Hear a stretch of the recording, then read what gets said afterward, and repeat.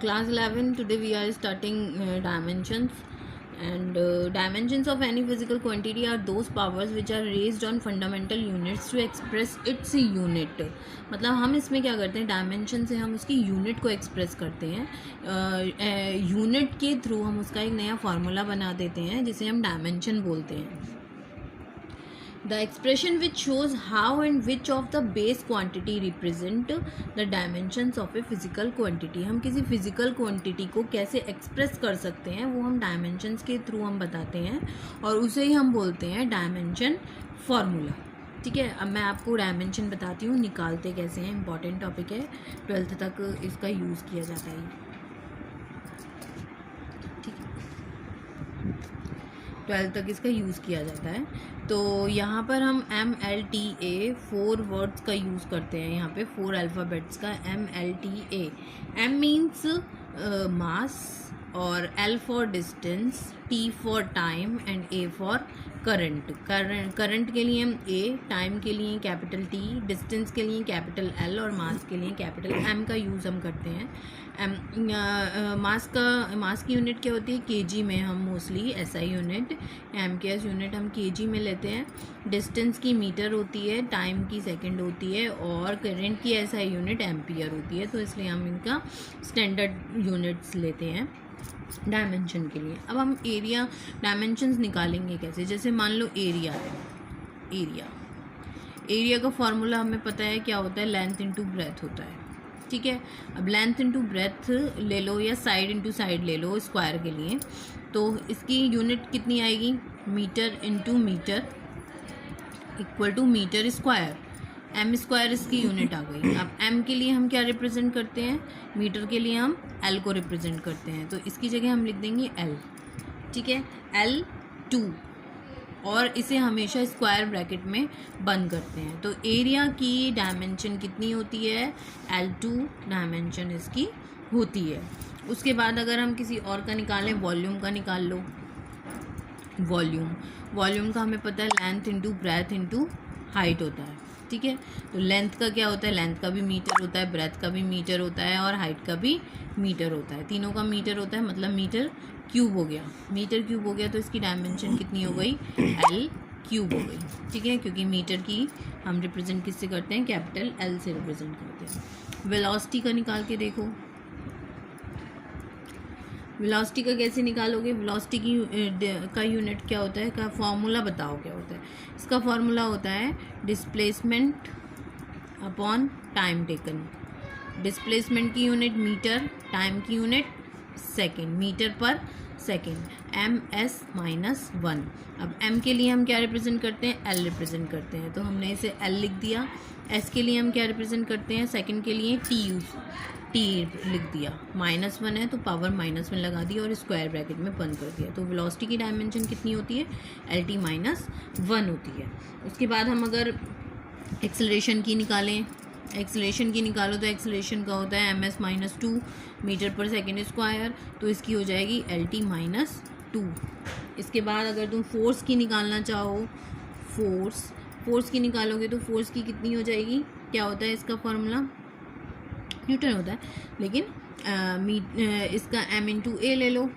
M into मतलब F equal to M में होता है ना, मास इंटू एक्सेलरेशन. मास का कितना होता है, किलोग्राम. एक्सेलरेशन का होता है मीटर पर सेकेंड स्क्वायर. तो किलोग्राम के लिए हम क्या यूज़ करते हैं, M यूज़ करते हैं, M. और मीटर के लिए L, सेकेंड के लिए T. तो ये हो जाएगी MLT-2. ऐसे ही क्या कहते हैं डायमेंशन हम फाइंड करेंगे. सबका हमें फार्मूला पता होगा, यूनिट पता होगी, तो ईजिली हम डायमेंशन फार्मूला फाइंड आउट कर सकते हैं. तो तुम्हारी बुक में बहुत सारी डायमेंशन फार्मूलाज दे रखे हैं, तुम लोग उसमें से निकाल के देखना. जो समझ में ना आए वो मुझसे पूछ लेना.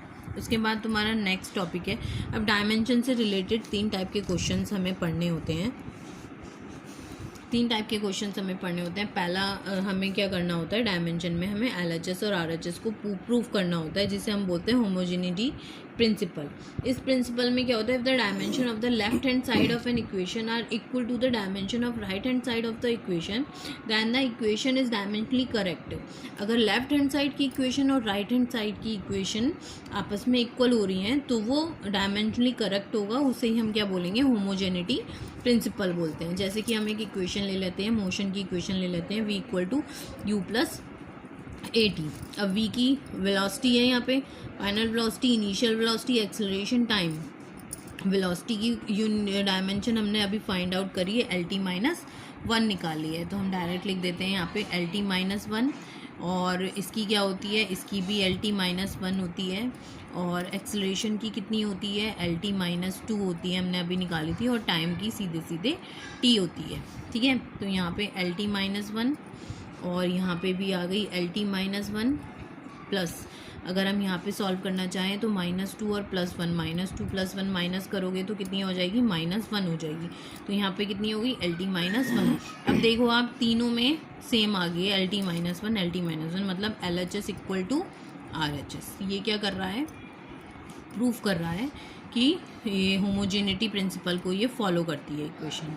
दूसरी इक्वेशन भी लेके देख लो, S equal to U T plus half A T square. S क्या होती है, डिस्टेंस होती है, और डिस्टेंस को हम मेज़र करते हैं मीटर में, मतलब एल से। और यू को हम करते हैं एल टी माइनस वन और टी को हम करते हैं T equal two plus one upon two हम नहीं लेते हैं, मैथमेटिकल फॉर्म में नहीं लेंगे हम, जो हमारे वेरिएबल्स होंगे हम सिर्फ उन्हें ही लेते हैं। एल टी माइनस टू हो गई एक्सेलरेशन की और टी हो गई टाइम की, टी टू, ठीक है।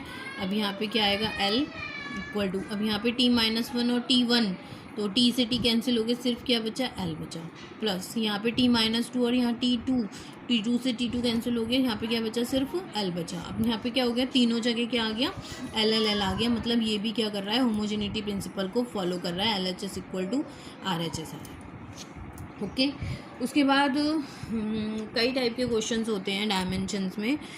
डायमेंशन में हम फार्मूला भी क्या कहते हैं, ड्राइव करते हैं डायमेंशन की फॉर्म से, डायमेंशन को लेके फार्मूला भी निकालते हैं। और इसकी जो एप्लीकेशंस होती हैं, एप्लीकेशंस क्या होती हैं, इसकी पहली एप्लीकेशन होती है to check the accuracy of physical equations, ठीक है। हम एक्यूरेसी चेक करते हैं फिजिकल इक्वेशन की।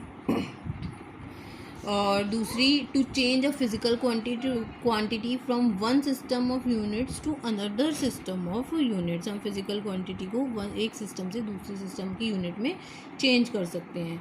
Next, to obtain a relation between different physical quantities. हम अलग अलग क्वांटिटीज़ के बीच में रिलेशन फाइंड कर सकते हैं, फार्मूला निकाल सकते हैं। वो मैं तुम्हें नेक्स्ट वीडियो में बताऊँगी कैसे फार्मूला निकालेंगे। उसके बाद हम पढ़ेंगे सिग्निफिकेंट फिगर्स।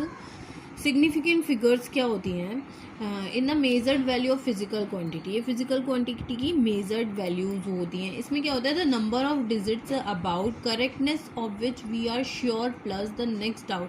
कुछ डिजिट नंबर में कुछ डिजिट्स ऐसी होती हैं जो डाउटफुल होती हैं, तो वो हम सिग्निफिकेंट फिगर्स के लिए नहीं लिखते हैं, उन्हें हम इग्नोर कर देते हैं। तो जितनी डाउटफुल नहीं होती हैं सिंपली, उन्हें हम सिग्निफिकेंट फिगर्स कहते हैं, जो कि इम्पॉर्टेंट होती हैं, हमारे लिए ज़रूरी होती हैं। जैसे कि इसके कुछ रूल्स होते हैं। पहला रूल क्या है, जैसे कोई डिजिट दे दी मैंने तुम्हें 4 3 6 2, ठीक है। अब इसमें हमें बताना है कितनी सिग्निफिकेंट फिगर्स हैं।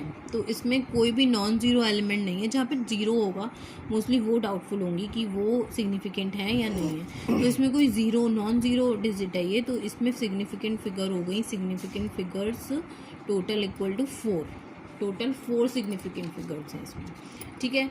सेकेंड है, अगर जैसे कि आ रहा है ज़ीरो, अब नॉन ज़ीरो था इसमें तो हमें सबसे समझ में आ गया कि 4 है। अब इसमें ज़ीरो आ रहा है, लेकिन ये जो ज़ीरो आ रहा है ये पूरे डिजिट बना रहे हैं। 1005 मतलब 1005, ये पूरे डिजिट बना रहे हैं। अगर हम ज़ीरो को हटा देंगे, सिग्निफिकेंट फिगर नहीं मानेंगे, तो इसका कोई मतलब नहीं रह जाएगा, ठीक है। तो इसमें भी जो टोटल सिग्निफिकेंट फिगर्स होंगी वो होंगी 4, पूरी टोटल सिग्निफिकेंट फिगर्स इसमें भी 4 होंगी। उसके बाद नेक्स्ट देखो तुम्हारा, जैसे कि तुम्हारा हो गया 6250। अब इसमें क्या है, इसमें all zeros to right the of the last non zero digit are not significant. इसमें क्या होगा, ये जो लास्ट वाली होगी ये सिग्निफिकेंट नहीं होगी, इसमें सिर्फ सिग्निफिकेंट फिगर्स हैं, इसमें सिग्निफिकेंट फिगर्स हैं टोटल 3। ठीक है, अब तुम ध्यान दो, अगर नॉन ज़ीरो डिजिट नहीं होगी तो टोटल सिग्निफिकेंट फिगर होंगी 4। अगर नॉन ज़ीरो है लेकिन अगर 2 डिजिट के बीच में है तो उसमें भी सिग्निफिकेंट फिगर 4 होंगी। और 0 अगर लास्ट में दे रखा है तो हम उसे काउंट नहीं करेंगे सिग्निफिकेंट फिगर के लिए, हम सिर्फ 6 to 5 को काउंट करें, मतलब 1 2 3 ही इसमें सिग्निफिकेंट फिगर्स होंगी। उसके बाद 4th है तुम्हारा, अगर तुम्हारे पास पॉइंट में कोई नंबर दे रखा है 0.00325 ऐसे करके कोई नंबर दे रखा है, तो इसमें तुम्हारे सिग्निफिकेंट फिगर कितनी होंगी, ये 2 ज़ीरो को, इन तीनों ज़ीरो को हम काउंट नहीं करेंगे, हमारी टोटल सिग्निफिकेंट फिगर होंगी ओनली 3। ठीक है, उसके बाद अगर तुम्हें सिग्निफिकेंट फिगर पॉइंट में दिए है कुछ ऐसे, लास्ट में भी तो ज़ीरो होता है ना, 1.4750। अब अगर तुम्हें इस टाइप से कोई सिग्निफिकेंट फिगर दे रहे हैं, मतलब कोई डिजिट दे रखी है, इसमें तुम्हें सिग्निफिकेंट फिगर फाइंड करनी है, तो इसमें तुम्हारी सिग्निफिकेंट फिगर होंगी 5, मतलब हम इस ज़ीरो को इसमें काउंट करेंगे। तो ध्यान देना, ये सिग्निफिकेंट फिगर्स के रूल होते हैं। सेकेंड रूल, थर्ड रूल में हमने लास्ट में अगर पॉइंट में डिजिट नहीं थी तो हमने उस ज़ीरो को काउंट नहीं किया, अगर पॉइंट में डिजिट थी तो हमने उस ज़ीरो को काउंट किया है। ये तुम्हारे अभी सब्सट्रैक्शन एडिशन करोगे उसमें बहुत यूज़ होगा, इसलिए इन्हें ध्यान से पढ़ना। और ये ज़ीरो को हम इसमें काउंट करेंगे, और अगर पॉइंट में डिजिट नहीं होगी तो उसमें हम ज़ीरो को काउंट नहीं करेंगे। ठीक है, अब आगे है तुम्हारा नेक्स्ट